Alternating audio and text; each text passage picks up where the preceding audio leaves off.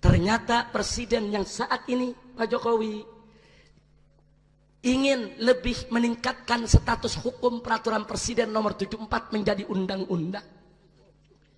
Perpres tersebut dikirimkan ke DPR RI untuk dibahas agar DPR RI membuat undang-undang yang melegalkan minuman beralkohol secara nasional di seluruh Indonesia. Sudah sebulan yang lalu kami diundang ke DPR.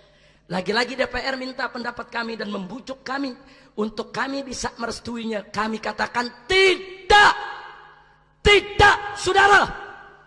Negeri macam apa ini? Peraturan minuman keras sudah kami gugat secara prosedur, secara hukum, secara konstitusional. Kita sudah menang. Begitu kita menang, pemerintah bikin peraturan baru untuk melegalkan miras kembali. Kurang ajar.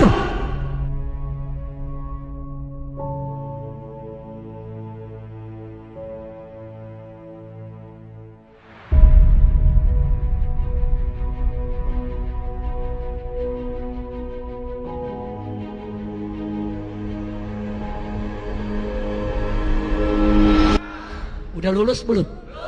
Belum, baru 5. Nah, tapi saya mau ajak saudara semua yang hadir sini, siap perang lawan minuman keras? Siap perang lawan minuman keras? Sedikit informasi soal miras. Di tahun 1997, Presiden Soeharto mengeluarkan Kepres nomor 3 tahun 97 yang melegalkan miras secara nasional, saudara. Sehingga miras boleh dijual di warung-warung, di market-market di seluruh Indonesia. Resmi. Tahu apa yang terjadi? Setahun kemudian tahun 1998, Soeharto dilengsarkan oleh Allah, saudara. Hati-hati. Orang coba-coba melegalkan miras berarti mereka menantang Allah, saudara. Orang coba-coba melegalkan, meresmikan miras berarti mereka menantang perang lawan Allah. Nabi udah kasih tahu, minuman keras itu dilaknat oleh Allah. Kenapa justru diresmikan dan dilegalkan? 97 diresmikan, saudara, oleh Soeharto. Mei 98, belum sampai 1 tahun, saudara, Soeharto dilengsarkan oleh Allah. Semenjak saat itu reformasi, saudara. Keputusan Presiden nomor 3 tahun 97 tidak dilaksanakan oleh daerah-daerah. Bahkan pemerintah daerah dari tahun 98 semenjak kita reformasi, mereka berlomba membuat perda-perda yang melarang minuman keras di provinsi masing-masing, saudara. Sampai tahun 2011, 360 perda lahir, baik di tingkat 1 maupun di tingkat 2. Baik di tingkat provinsi maupun tingkat kabupaten ataupun tingkat kota, saudara. 360 perda yang melarang minuman keras. Bahkan kabar bagusnya lagi, sampai ada 2 kabupaten Kristen di Papua, saudara, melarang minuman keras secara mutlak, saudara. Luar biasa. Bagus tidak? Bagus tidak? Jadi Kepres Pak Harto nggak ada yang pakai, saudara. Nggak ada. Semua melarang minuman keras di berbagai daerah. Di tahun 2012, Presiden SBY ingin menghidupkan kembali Kepres Soeharto, saudara. Presiden menegur Menteri Dalam Negeri, kenapa di daerah-daerah banyak perda-perda yang melarang minuman keras, padahal ada keputusan Presiden minuman keras nggak boleh dilarang. Itu perda-perda bertentangan dengan hukum yang lebih tinggi, bertentangan dengan Kepres. Maka itu diinstruksikan oleh Presiden supaya Mendagri menegakkan hukum. Jangan membiarkan hukum yang lebih rendah bertentangan dengan hukum yang lebih tinggi, saudara. Gara-gara teguran Presiden, Mendagri menyurati seluruh kepala daerah, saudara. Seluruh kepala daerah, gubernur, bupati, wali kota, disurati oleh Mendagri yang isinya seluruh perda yang melarang minuman keras di seluruh wilayah Republik Indonesia harus dibatalkan, harus dicabut, sebab bertentangan dengan Kepres nomor 3 tahun 97. Luar biasa. Tadinya kita tidak tahu, saudara. Itu surat kan rahasia. Kan diberikan kepada gubernur, wali kota, dan bupati, saudara. Tapi alhamdulillah ada beberapa wali kota yang membocorkan, dan ada beberapa bupati yang membocorkan. Mereka mengabarkan kepada kita, FPI hati-hati, kami kepala daerah dapat surat harus mencabut itu seluruh perda semua.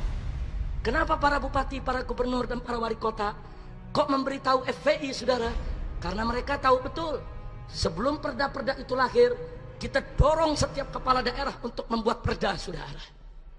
Begitu kita tahu, saudara, supaya Anda tahu, begitu kita tahu, saudara, di bulan Juni tahun 2012 kami turunkan ribuan laskar, saudara, mengepung Kementerian Dalam Negeri sampai terjadi insiden, sampai chaos, saudara. Pagar Kementerian Dalam Negeri dirubuhkan oleh para laskar, kaca-kaca dihancurkan, saudara. Kocar-kacir itu yang namanya pegawai Kementerian Dalam Negeri, saudara. Kenapa itu harus terjadi? Karena Menteri Dalam Negeri tidak mau dialog, tidak mau diskusi, tidak mau menerima para pendemo, saudara. Begitu kejadian itu, saudara, baru Mendagri mengundang kami untuk berdialog. Jadi di Indonesia kelihatannya ribut dulu baru dialog, sudah. Padahal kan kita kalau dialog dulu nggak perlu ribut, betul? Betul? Saya datang ke Kementerian Dalam Negeri, sudah. Saya bawa pengurus-pengurus FPI pusat, Kementerian Dalam Negeri, Pak Menteri membawa dirjen-dirjennya, dan disaksikan oleh putusan dari Mabes Polri maupun Polda Metro, saudara. Singkat cerita, saya tidak ingin bercerita soal perdebatan kami, tapi keputusan akhirnya Menteri Dalam Negeri, saudara, membebaskan kepala daerah. Boleh mau mencabut, boleh juga tidak, saudara. Nantinya ada ancaman, kalau tidak dicabut, kepala daerah bisa diberhentikan dari jabatannya, saudara. Nah, tapi ada hal yang menarik. Apa kata Pak Menteri Habib Rizik? Walau bagaimanapun juga, saya ini putra seorang ulama besar di Sumatera Barat. Waktu itu, saudara, Gumawang Fauzi sebagai Menteri Dalam Negerinya. Habib, saya sebagai seorang muslim, sebagai putra seorang kiai, tentu saya juga tidak setuju kalau minuman keras ini dilegalkan. Tapi baik, Habib, saat ini menterinya saya. Tapi kan besok menterinya belum tentu saya. Kalau besok menterinya bukan saya, bisa terjadi hal serupa. Dia akan buat lagi itu surat. Seluruh gubernur akan dipaksa, saudara, untuk membatalkan perda. Karena itu saya sarankan kepada Habib dan kepada FPI, gugat saja keputusan Presiden nomor 3 tahun 97 agar dibatalkan oleh pengadilan. Kita terima, saudara, tantangan tersebut. Saya bentuk tim, saudara. Kami dari DPP FPI, kami kumpulkan puluhan pengacara, puluhan ahli hukum, bentuk tim, dan kami ajukan judicial review, saudara, ke Mahkamah Agung. Kenapa bukan Mahkamah Konstitusi? Karena tingkatnya kepres, saudara. Kalau yang kami gugat itu undang-undang, itu baru ke Mahkamah Konstitusi. Karena yang kami gugat adalah keputusan Presiden, itu diajukan ke Mahkamah Agung. Kita gugat, saudara. Kita buat legal opinion, kita buat pembelaan, yaitu terhadap keinginan umat yang ingin agar minuman keras itu dilarang, saudara. Dan kita sebutkan alasannya berdasarkan ajaran agama Islam, juga agama-agama lainnya. Tidak ada agama yang menghalalkan minuman keras, saudara. Enggak sampai di situ, kita sebutkan negatif, saudara, dampak-dampak yang ditimbulkan dengan minuman keras. Dan alhamdulillah, bulan Juni tahun 2013, Mahkamah Agung mengabulkan gugatan FPI dan menyatakan bahwa Kepres nomor 3 tahun 97 dibatalkan, saudara. Batal, hapus, saudara. Begitu dibatalkan, istana kalang kabut, kementerian kalang kabut, saudara. Kenapa? Karena kalau itu dibatalkan, saudara, berarti minuman keras di seluruh Indonesia ilegal, tidak punya izin. Loh, kok bisa? Sebab seluruh izin minuman keras itu bersandar kepada Kepres ini, saudara. Departemen Perdagangan mengizinkan minuman keras diperdagangkan berdasarkan Kepres nomor 3 tahun 97, saudara. Departemen Industri mengizinkan pendirian pabrik minuman keras berdasarkan Kepres nomor 3 tahun 97, saudara. Kepres nomor 3 tahun 97 dibatalkan. Kalau dibatalkan berarti putusan Menteri Perdagangan, Menteri Industri, semua menteri yang bersandar kepada Kepres tersebut batal demi hukum, saudara. Jadi biar Anda tahu, kami diundang oleh pemerintah, saudara, dibujuk. Karena presiden, saudara, ingin buat keputusan baru untuk melegalkan kembali minuman keras. Kami tolak. Kemudian presiden melemparkan tanggung jawab kepada DPR. Kami diundang oleh DPR. DPR membujuk kami agar FPI, saudara, ikut dalam perumusannya. Kami tolak, saudara. Lalu apa yang terjadi? Karena tekanan, yaitu pengusaha konglomerat yang punya pabrik minuman keras, SBY menyerah, saudara.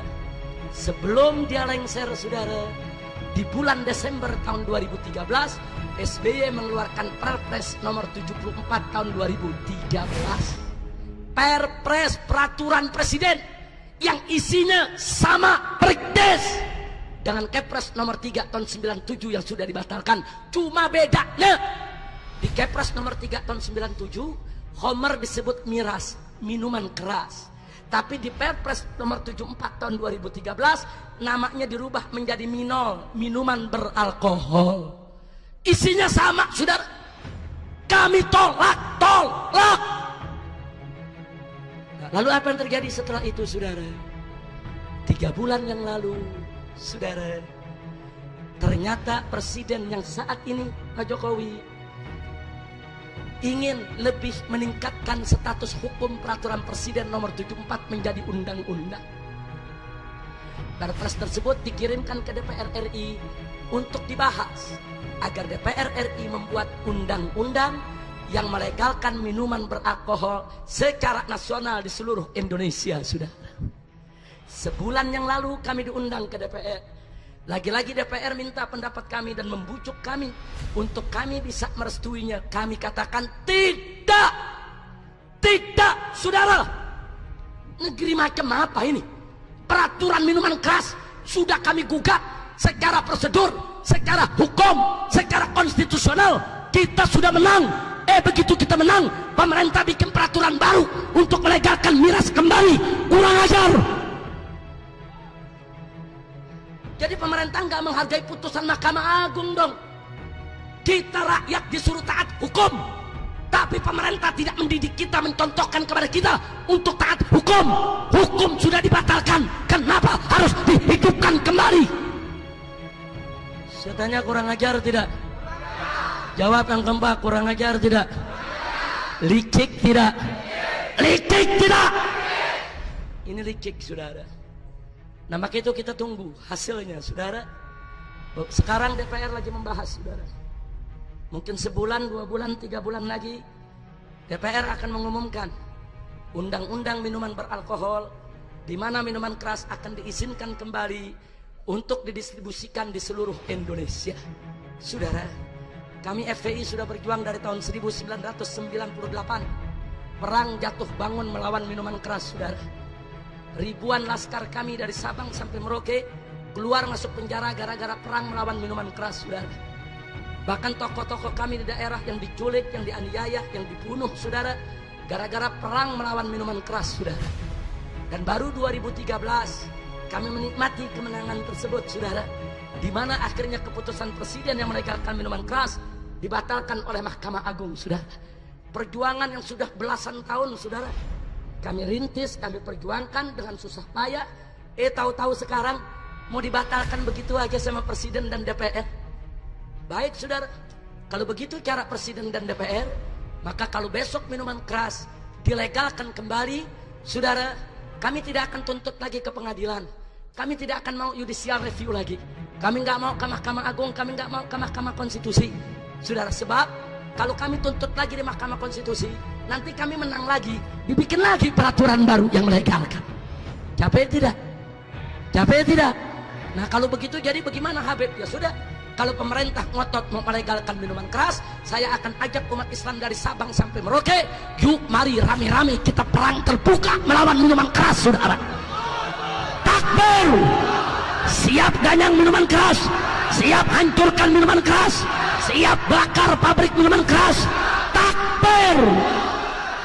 Justru saat ini kami minta kepada pemerintah, larang minuman keras. Lalu bagaimana pabrik minuman keras yang sudah ada? Dibina, dididik untuk memproduksi minuman mineral, minuman bervitamin, minuman yang sehat. Bukan pabriknya ditutup, saudara.